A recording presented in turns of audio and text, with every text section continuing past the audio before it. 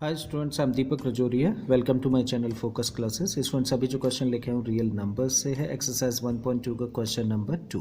इसमें बोला गया find the LCM and HCF of the following pairs of integers and verify that LCM into HCF equal to product of two numbers.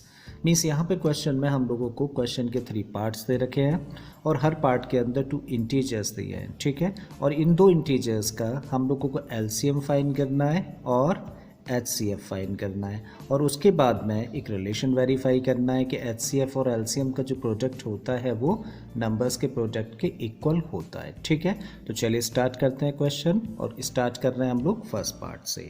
So first part के अंदर जो 2 integers हम लोगों को दे रखे हैं वो क्या है, 26 एंड दूसरा है 91, ठीक है।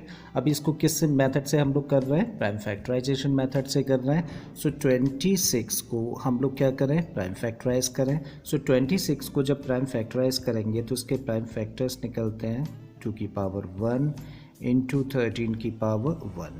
सिमिलरली जब 91 को प्राइम फैक्टराइज हम लोगों ने किया तो यहाँ से हमें मिला 7 की पावर 1 इंटू 13 की पावर 1, ठीक है। अब क्वेश्चन को आगे करने से पहले हम लोग एक चीज़ समझ लेते हैं। सपोज करिए हमारे पास एक नंबर है a और इसके जो प्राइम फैक्टर्स हैं वो क्या है, 2 की पावर 5, राइट। जब इन 3 नंबर्स का हम लोगों को HCF निकालना है तो HCF के केस में हम लोग सबसे पहले चीज़ क्या देखते हैं, कॉमन फैक्टर, ठीक है। सो कॉमन फैक्टर हम लोगों ने देखा कि A B C तीनों नंबर्स के प्राइम फैक्टराइजेशन के अंदर ये 2 कॉमन फैक्टर है ना, इट मीन्स ये कॉमन फैक्टर है, ठीक है।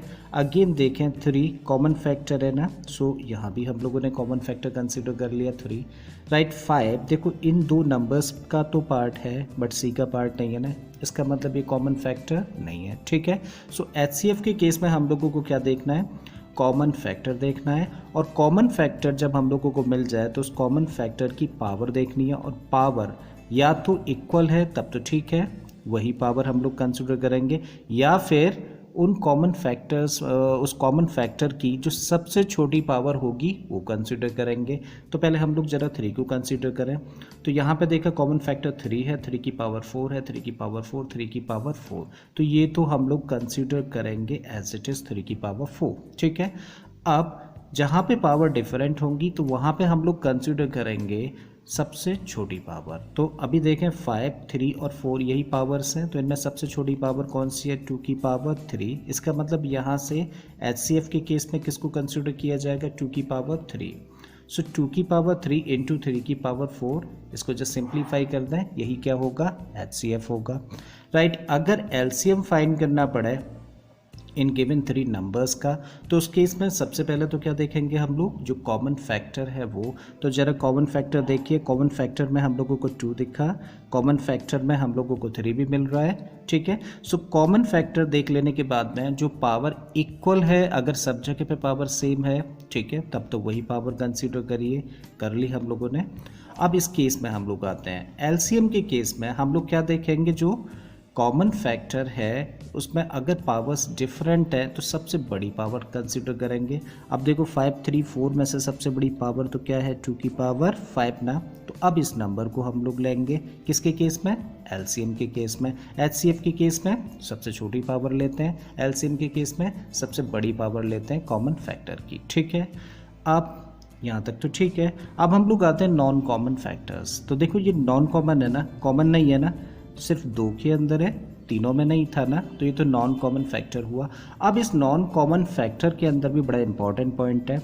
अब अगर हम लोगों को LCM निकालना है तो नॉन कॉमन फैक्टर में भी हम लोग देखेंगे, अगर एक से ज़्यादा नंबर के अंदर वो है, ठीक है, एक से ज़्यादा के अंदर कॉमन है बट सबके अंदर कॉमन नहीं है, तो उस केस में हम लोग देखेंगे बड़ी पावर। तो यहाँ पे 5 की पावर 1 है, यहाँ पे 5 की पावर 2 है, तो अब किसको कंसिडर किया जाएगा, 5 की पावर 2 को कंसिडर करेंगे। जस्ट इसको सिंप्लीफाई कर लेंगे, वही क्या होगा, LCM होगा नंबर्स का, तीनों नंबर्स का, ठीक है। तो यही कॉन्सेप्ट हम लोग यहाँ पे लगा रहे हैं।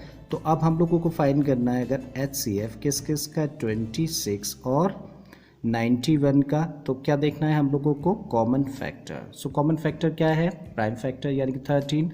और आप पावर इक्वल होती है तो वही कंसिडर करते हैं, डिफरेंट होती है तो छोटी पावर कंसिडर करते हैं। तो यहाँ पे तो देखा 13 की पावर 1 यहाँ भी है और 13 की पावर 1 यहाँ भी है, राइट। सो इक्वल पावर है तो 13 की पावर 1 ही कंसिडर करेंगे और 13 की पावर 1 का मतलब 13, ठीक है। सो हम लोगों ने क्या फाइंड किया, HCF। क्या फाइंड करना है अभी, LCM फाइंड करना है 26 और 91 का।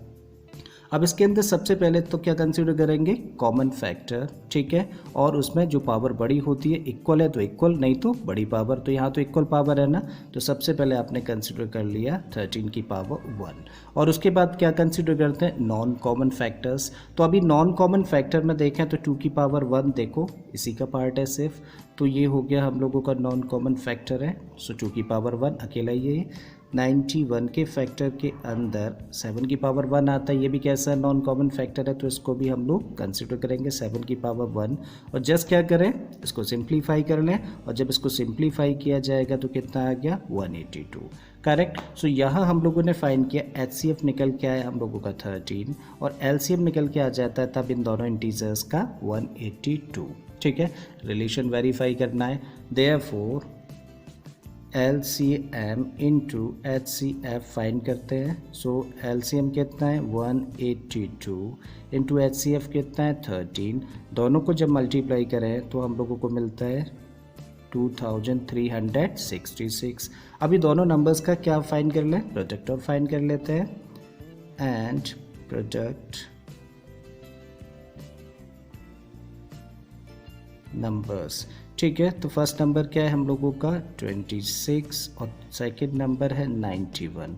जब दोनों को मल्टीप्लाई किया तो आगे आपका 2366 यहाँ से भी मिला, राइट। अब हम लोग क्या देख रहे हैं कि LCM और HCF का जो प्रोडक्ट निकल रहा है वो भी कितना है 2366 और प्रोडक्ट ऑफ टू नंबर्स भी कितना है 2366। इसका मतलब ये दोनों तो कैसे हैं, इक्वल है। तब लिख सकते हैं therefore LCM into HCF equal to क्या आ गया, प्रोडक्ट ऑफ